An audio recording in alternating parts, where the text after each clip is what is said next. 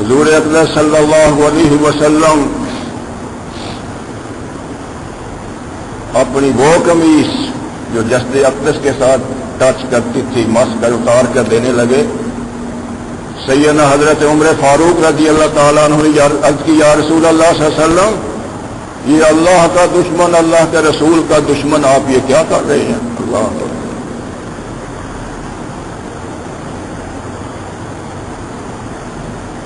نبی رحمت علیہ الصلوۃ والسلام نے فرمایا اے عمر رضی اللہ تعالیٰ عنہ ان قمیصی لا یغنی عنہ من اللہ شیئا. اے عمر یہ میری قمیص جو ہے یہ اس منافق کو کوئی نفع نہیں دے گی، لیکن میں دیکھ رہا ہوں کہ اس کی برکت سے 1000 منافق اسلام لے آئیں گے. 1000 منافق اسلام لے آئیں گے. ایسا ہی ہوا. اسلم یومئذ الفن، اور لکھا تاریخ اور حدیث والوں نے 1000 بندہ نہیں منافق نبی پاک صلی اللہ علیہ وسلم کے اس رویے سے اس اخلاق کو دیکھ کر صاحب قمیص کے اخلاق کو دیکھ کر 1000 منافق اسلام کے دامن کے ساتھ وابستہ ہوا. اب یہ سوال پیدا ہوتا ہے کہ نبی اکرم صلی اللہ علیہ وسلم نے قمیص کیوں دی؟ مفسرین نے لکھا ایک وجہ تو یہ تھی کہ غزوہ بدر میں جب قیدی آئے 70 مشرکین مکہ بڑے بڑے ان کے سردار لیڈر صفاق توحید کا مذاق اڑانے والے رسول کا مذاق کرنے والے جب اکڑی ہوئی گردنیں قیدی بن کے آئی تو ان میں میرے دوستوں نبی پاک صلی اللہ علیہ وسلم کے چچا حضرت عباس بھی تھے جو اس وقت مسلمان نہیں ہوئے تھے. لڑائی میں ان کی قمیص پھٹی. لڑائیاں اسی طرح تلوار نیزے کی لڑائیاں ہوتی تھی، قمیضیں وغیرہ تو پھٹنی ہوتی ہیں. ان کی قمیص پھٹ گئی تھی تو نبی اکرم صلی اللہ علیہ وسلم ان کو قمیص دینا چاہتے تھے، لیکن ان کا قد اور بڑے جسم کے تھے، ان کو قمیص کوئی پوری نہ آئی.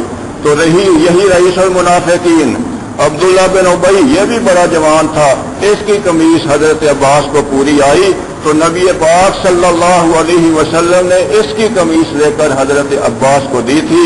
اور میرے دوستوں نبی رحمت علیہ الصلوۃ والسلام تو پوری دنیا پہ احسان کرنے والے ہیں، کسی کا احسان نہیں رکھتے. اپنے چچے کا احسان کا بدلہ دلا چکانے کے لیے اپنی قمیص حضرت عبداللہ بن ابی. اور دوسری وجہ وہ امت سائل فلا تنہر، اے محبوب کسی سائل کو جھڑکیے نہیں. وہاں تو لا کبھی کسی نے سنی ہی نہیں، اشہد اللہ الہ الا کے سوا کبھی وہاں اللہ نکلی ہی نہیں نبی پاک صلی اللہ علیہ وسلم. اور تیسری وجہ یہ جو ابھی میں نے عرض کی، آپ نے فرمایا کہ اس قمیص کی برکت سے 1000 منافق. اور کیوں ہوا میرے دوست ایمان کیوں لے آیا؟ وہ سارے کے سارے عبداللہ بن ابی کے ملنے والے تھے، اس کے قریب رہتے تھے. امبو کثیر مرنے والا جو تھا سارے کے سارے اکٹھے تھے. جب انہوں نے دیکھا کہ ہمارا سردار جو آخری وقت مرنے والا ہے اس کو نجات کا کوئی راستہ نظر نہیں آتا، اپنی بخشش کے لیے حضرت محمد رسول اللہ کی قمیص مانگ رہا ہے.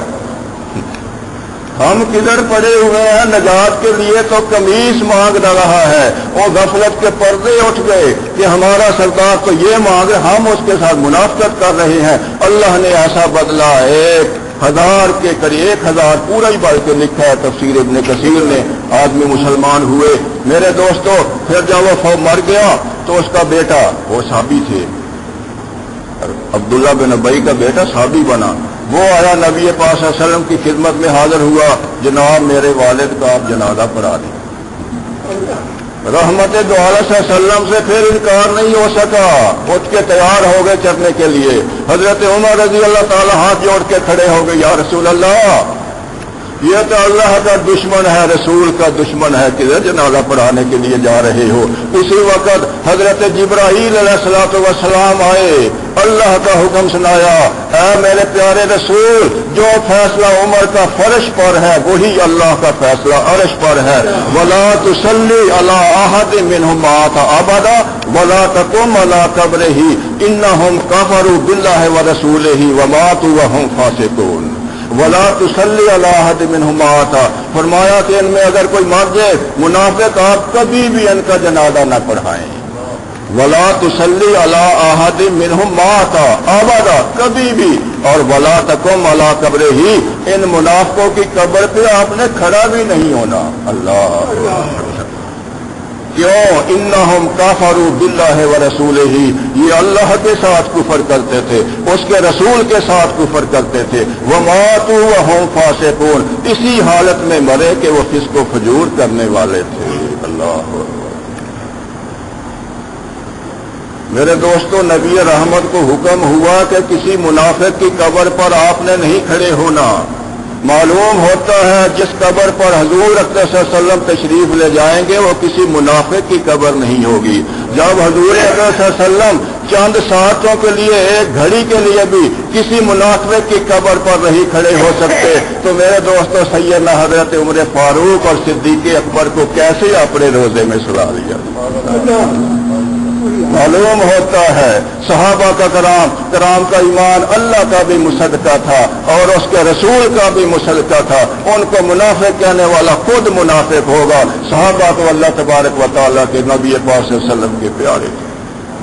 تو میرے دوستو بات ہو رہی تھی کہ نبی پاک صلی اللہ علیہ وسلم نے ارشاد فرمایا لو کان بعدی نبی لکان عمر بن الخطاب، رواہ ترمذی، اگر میرے بعد کوئی نبی ہونا ہوتا تو حضرت عمر رضی اللہ تعالیٰ عنہ ہوتے۔ اور شاہ ولی اللہ محدث دہلوی نے فرمایا کہ 22 اور 20 یا 22 قرآن و حدیث سے پتہ چلتا ہے کہ 20 اور 22 مقامات ایسے ہیں کہ حضرت عمر فرش پر اپنی رائے خواہ ظاہر کرتے تھے، اللہ اس کو قرآن بنا کے نازل کرتا۔ اس لیے ہم کہتے ہیں کہ حضرت عمر کی زبان پر بارہا قرآن نازل ہوا، اور ان میں سے یہ 3 واقعے اتنا ہی وقت ہوتا ہے۔